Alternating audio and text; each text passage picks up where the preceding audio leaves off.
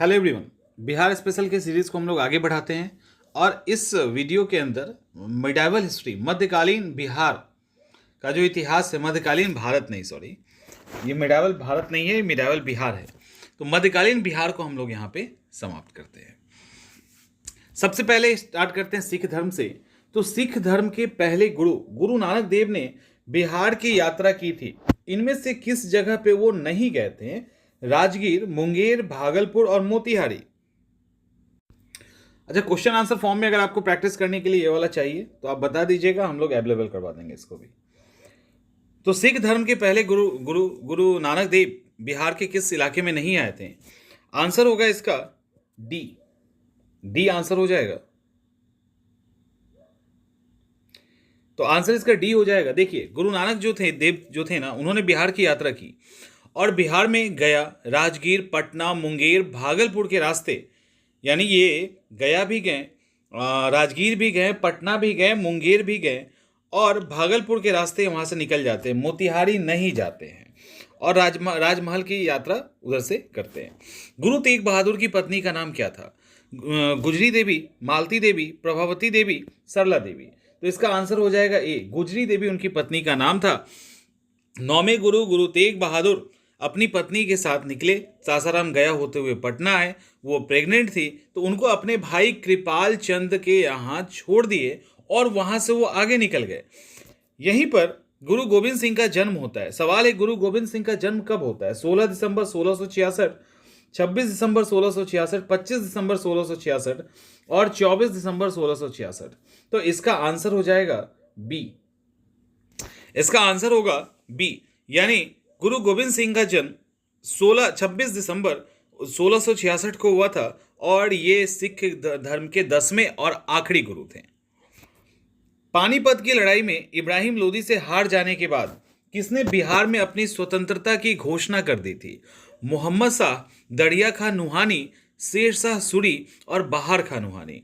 तो पानीपत की लड़ाई के बाद बाबर के हाथों इब्राहिम लोदी से जब हार हो जाती है तो दरिया खां नुहानी के बेटे मोहम्मद शाह ने बिहार में स्वतंत्रता की घोषणा कर दी।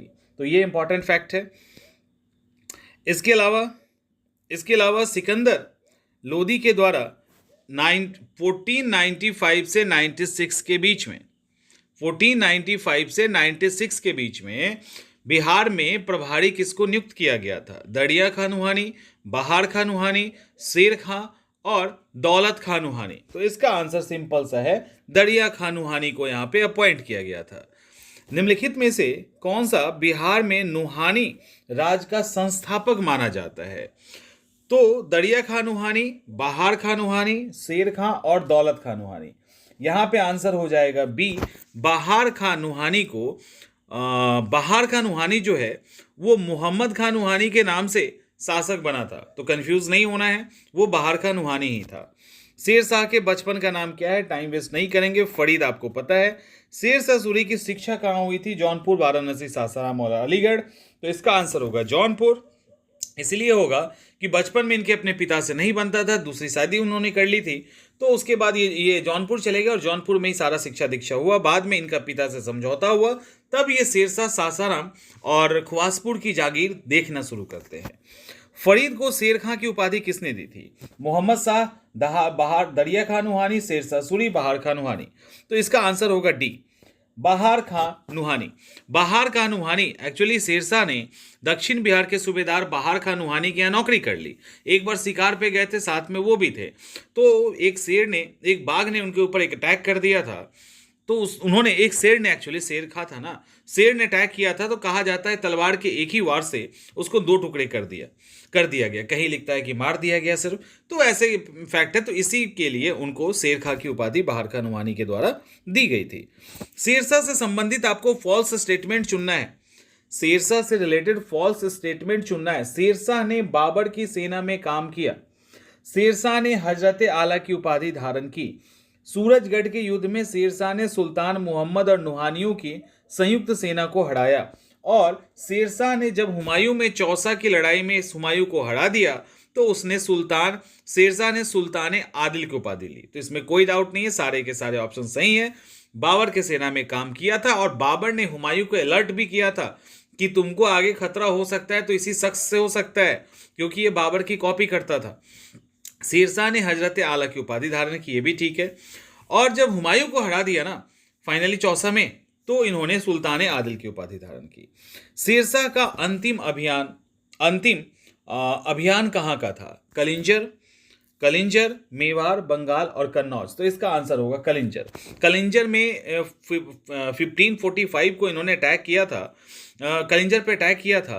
तो वहाँ पे उक्का नामक एक अग्नेयास्त्र चला रहे थे, तो वहाँ से जो निकला ना, पता नहीं चाइनीज होगा या क्या होगा, निकला तो बगल में ही गिर गया जहाँ बारूद का ढेर था, और ब्लास्ट के कारण इनका डेथ हो गया। उस समय कीरत सिंह कलिंजर के राजा थे।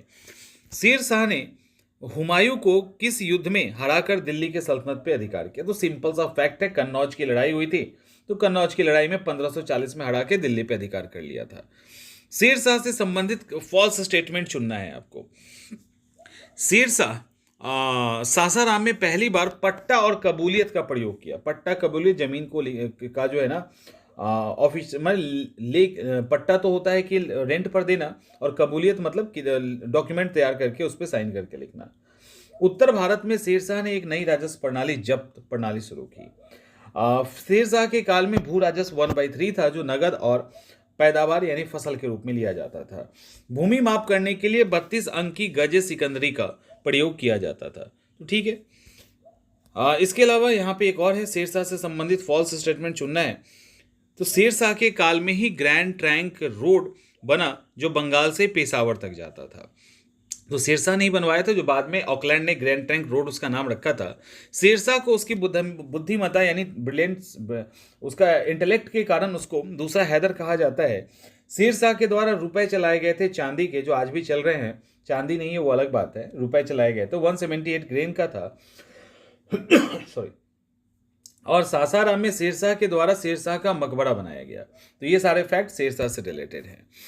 सासाराम में किसका कहा जाता है, सासाराम किसका प्रशासनिक प्रयोगशाला था? तो ऑब्वियसली शेरशाह का था। जो आसान है इसको हम लोग फटाफट निकाल देंगे, टाइम वेस्ट आपका नहीं करना, ये मकसद है हमारा। निम्नलिखित में से किसके द्वारा पटना को प्रांतीय राजधानी बनाई गई? तो सिंपल सा है, पटना को प्रांतीय राजधानी शेरशाह के द्वारा बनाया गया था। 1541 में पाटलिपुत्रा में किसने दुर्ग का निर्माण करवाया? तो यहां भी आंसर शेरशाह होगा। शेरशाह ने दुर्ग का निर्माण करवाया था, और उसका अवशेष अभी भी है, आप अभी भी देख सकते हैं। शेरशाह के द्वारा पटना में किले बनवाने में लगभग कितने रुपए के खर्च हुए थे? तो शेरशाह ने जो पटना में किला बनाया था उसमें लगभग उस समय का 5 लाख बहुत होता है, अभी से नहीं तौल देना। रोहतास के किले का निर्माण किसके द्वारा करवाया? तो ऑब्वियसली शेरशाह के द्वारा ही करवाया गया है। सासाराम में शेरशाह के द्वारा शेरशाह का मकबरा बनवाया गया है, वो कितने कोण का है? वो कितने कोण का है? तो ऑक्टागोनल है, यहां पे याद रखिएगा, अष्टकोणीय है, 8 एंगल है उसके, तो अष्टकोणीय है, ये ध्यान रखना है। निम्नलिखित में से किसका मकबरा अष्टकोणीय मकबरा की श्रृंखला में अंतिम है, लास्ट है? शेरशाह का मकबरा, इस्लाम शाह का मकबरा, एतमादुद्दौला का मकबरा, या हुमायूं का मकबरा? तो इसका आंसर होगा एतमादुद्दौला का इसका आंसर होगा इस्लाम शाह का मकबरा। ये अष्टकोणीय मकबरा का एक अंतिम एग्जाम्पल है। बिहार में अंतिम अफगान शासक कौन था? बिहार में अंतिम अफगान शासक कौन था? बहार खां नुहानी, बहलोल लोदी, दाऊद खां करारानी और जलाल खां। तो आंसर होगा दाऊद खां करारानी, ये अंतिम अफगान शासक बिहार के लिए था। फिर दिल्ली सल्तनत की कहानी स्टार्ट होगी। तो बिहार में तुर्क सत्ता का वास्तविक संस्थापक किसको माना जाता है? तुर्क सत्ता का अली मर्दान, बख्तियार खिलजी, तुगल खान और तुगन खान। तो इसका आंसर होगा बख्तियार खिलजी। बख्तियार खिलजी वास्तविक संस्थापक माना जाता है। और सेन शासक, समकालीन उसके कंटेम्प्रेरी सेन शासक थे लक्ष्मण सेन, और पाल शासक इंद्रदुम्न पाल था। ये दोनों फैक्ट याद रखिएगा। मोहम्मद बख्तियार खिलजी से संबंधित फॉल्स स्टेटमेंट चुनना है, गलत कौन सा है? बख्तियार खिलजी के समकालीन शासक लक्ष्मण सेन थे और पाल शासक इंद्रदुम्न पाल थे। कुतुबुद्दीन ऐबक के शासनकाल में बख्तियार खिलजी ने उदंतपुरी विश्वविद्यालय को और नालंदा विश्वविद्यालय को लूटा। बख्तियार खिलजी ने सिमरावगढ़ को अपनी राजधानी बनाई। इसके बाद बख्तियार खिलजी ने बख्तियारपुर शहर की स्थापना की। आंसर सी गलत है। लखनौती को इन्होंने राजधानी बनाया था। बख्तियार खिलजी ने लखनौती को राजधानी बनाया था, सिमरावगढ़ को नहीं। सिमरावगढ़ के साथ दूसरा फैक्ट अभी आएगा आगे। बख्तियार खिलजी के द्वारा किस स्थान को प्रशासनिक मुख्यालय बनाया गया था? प्रशासनिक मुख्यालय बिहटा, मनेर, बिहार शरीफ और राजगीर। तो बिहार शरीफ को बनाया गया था। इनका मकबरा आज भी वहां के इमादपुर मोहल्ले के अंदर है।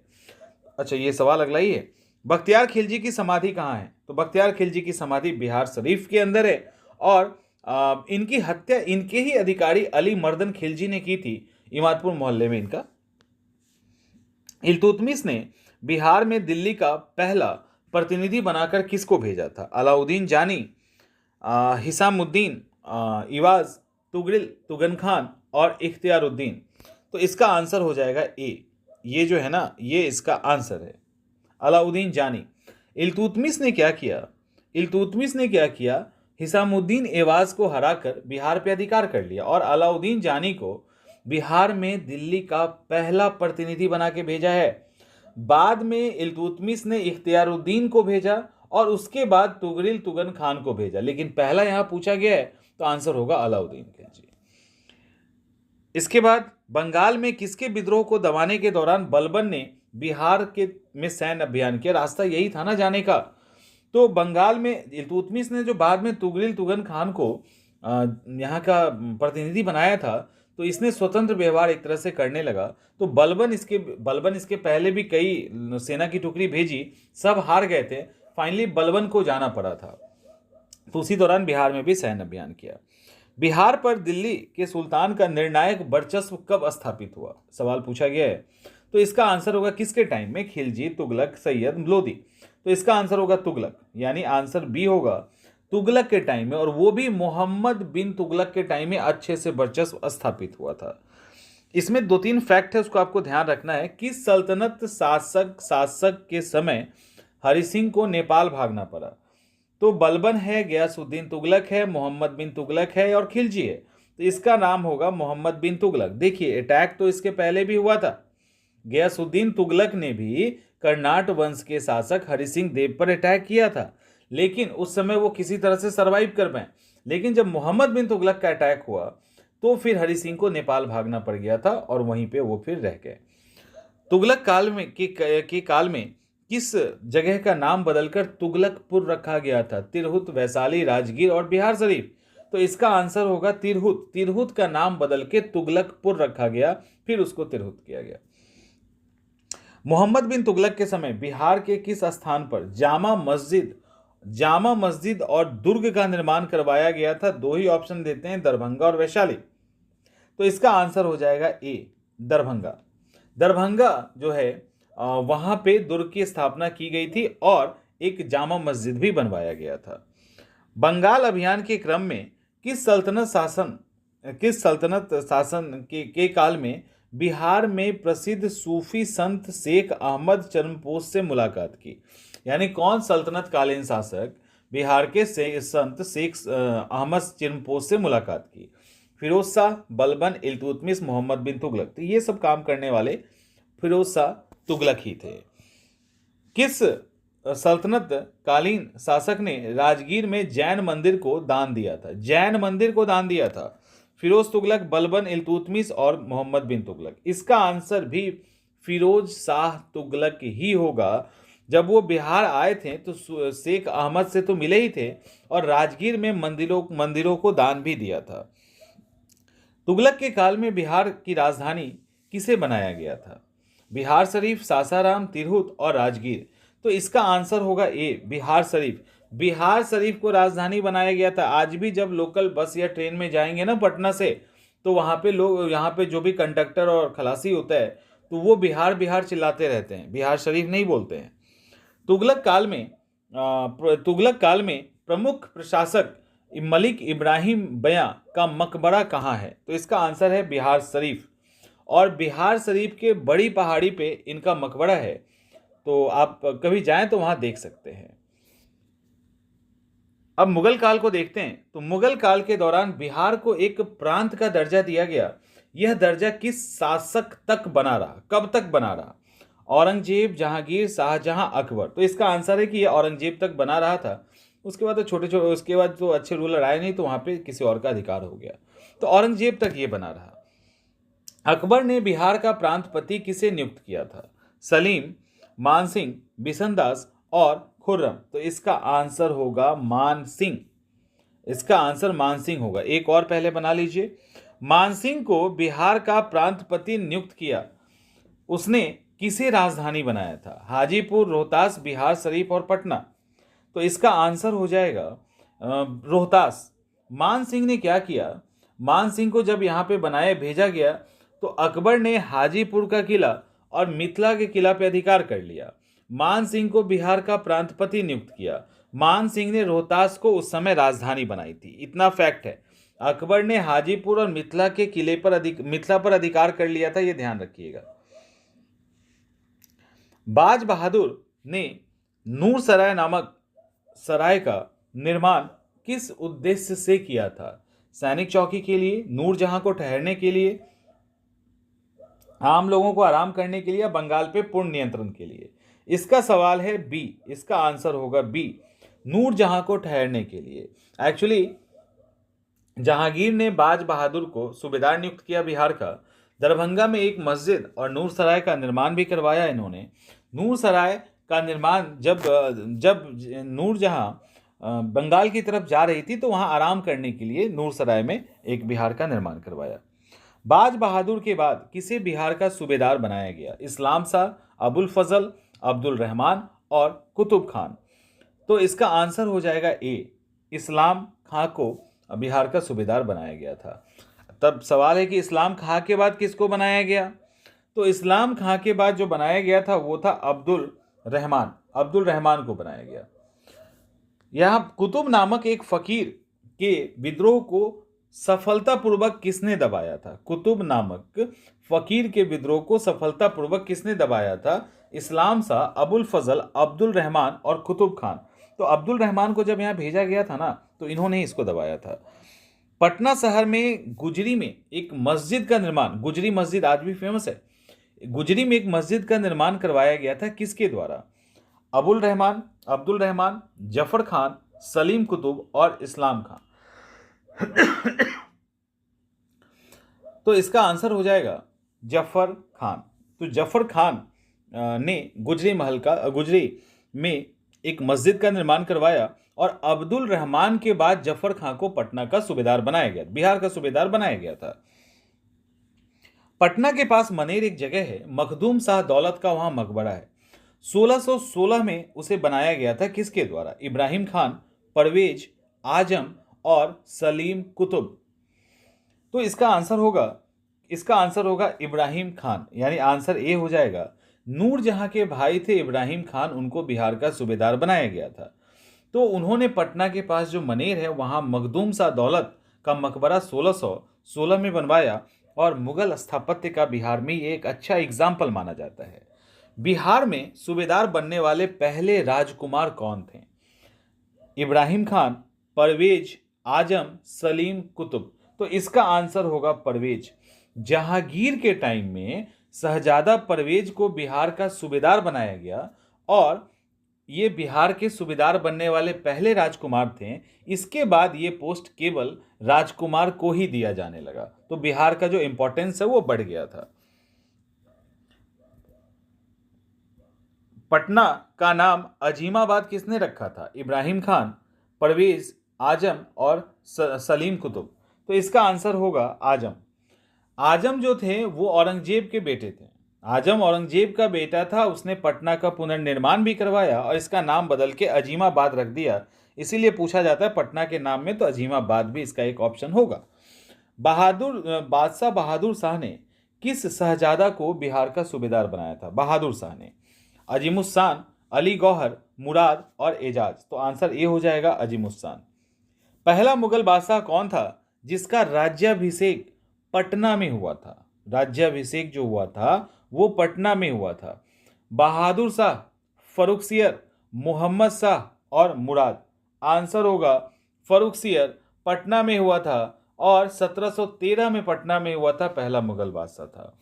तो ये हो गया आपका मिडाइवल हिस्ट्री से रिलेटेड जो भी फैक्ट्स थे वो। इसके बाद हम लोग मॉडर्न हिस्ट्री करेंगे।